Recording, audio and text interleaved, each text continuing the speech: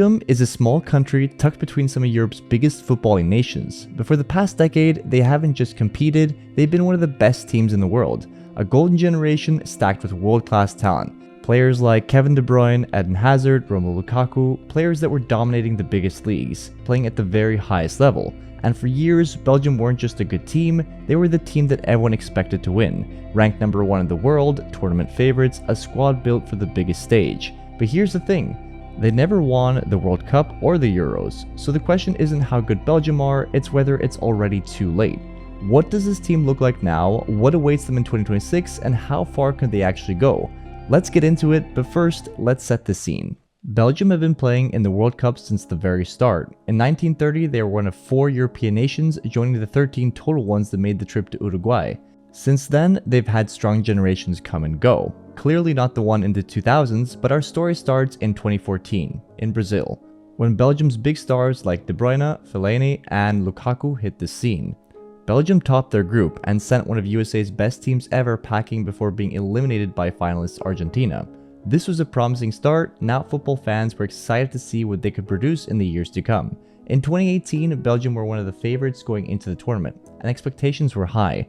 They started the tournament strong, taking 9 points in a group with England, and they wouldn't stop there. They went on to eliminate a strong Japan team in an emotional game.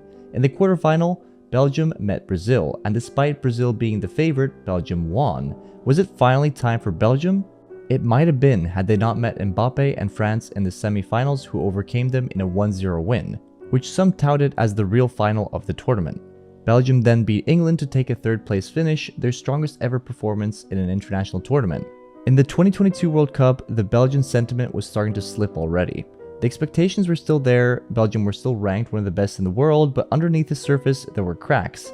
The squad was aging, key players were no longer at their peak, and the energy that once defined this team just wasn't the same. And when the tournament started, those cracks turned into problems. Belgium looked slow, disconnected, and for the first time in years, they didn't look like a team that could control games. They scraped past Canada in their opening match, but it felt shaky. Then came Morocco, a team full of energy, intensity, and belief. Everything Belgium used to be, and they lost. Just like that, the pressure started to build. Reports of arguments inside the squad, frustration between players, a dressing room that no longer felt united. And when they needed a response against Croatia, they couldn't find it. A 0-0 draw, missed chances, and a team that looked like it had run out of ideas. Belgium were out, in the group stage. For a generation that was supposed to win it all, it felt like the end of an era.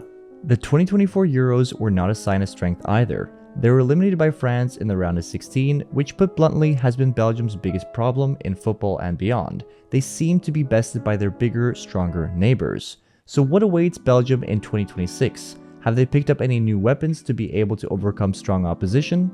In the 2026 World Cup, Belgium have been drawn into Group G and are joined by Iran, Egypt, and New Zealand. On paper, this is one of the weakest groups in the World Cup. Belgium hasn't had it this favorable in a long time. Nieuw CeraVe hydraterende HA Water Gel. 3 dagen versterkende hydratatie die intrekt binnen 3 seconden.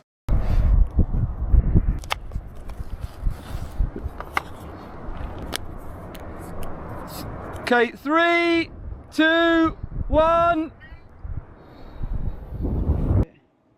Can you see it? Oh yes. Iran are divided, with certain key players either a question mark or now ousted, and there's no guarantee that they'll even be able to play.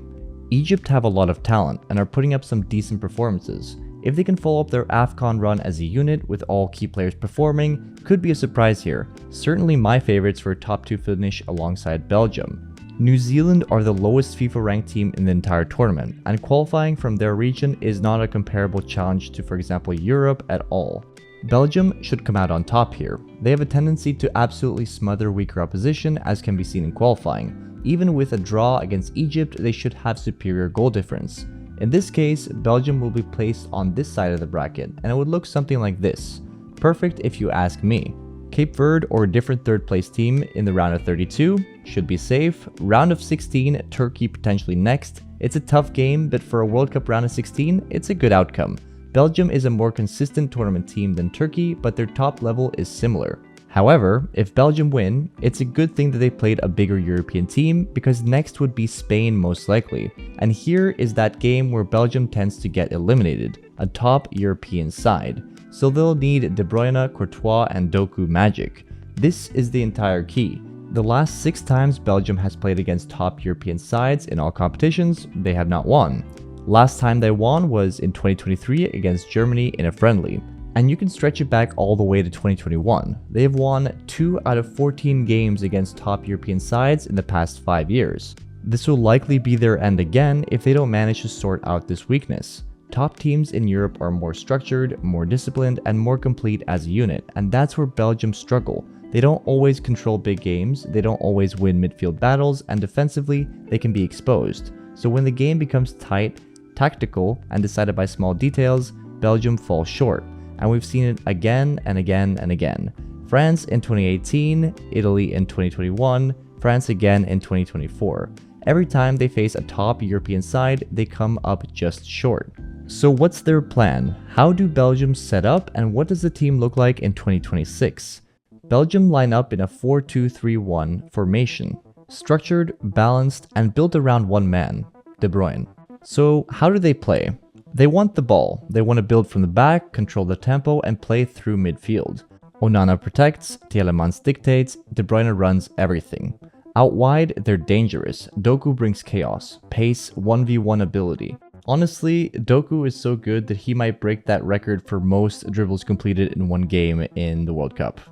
On the other side, Belgium have more control, creativity, and their goal is to stretch you wide and then break you inside. Up front, they have flexibility. De Ketelaere drops deep, links play, open space, or they go direct and attack quickly. Honestly, maybe the less Lukaku the better, because last World Cup he was stopping goals from going into the net.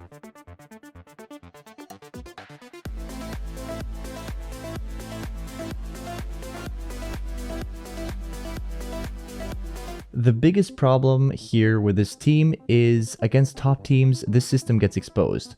Fullbacks push high, space opens up, and transition hurts them. They dominate the weaker sides, but against the elite, they struggle. So this Belgium team has quality, it has control, and it has talent. But even at their highest level, they're still not perfect. And it might take Poirot's detective skills to figure out how to beat the bigger teams. Belgium, a country of around 11 million people, effectively operates as 2 countries. But when the World Cup or the Euros come around, they are united. I think that's what Belgium is going to need here. They have the players and experience, they need spirit. They need to turn it up to 11 and show the passion. Because if they find it, this could be their moment. But if they don't, then this golden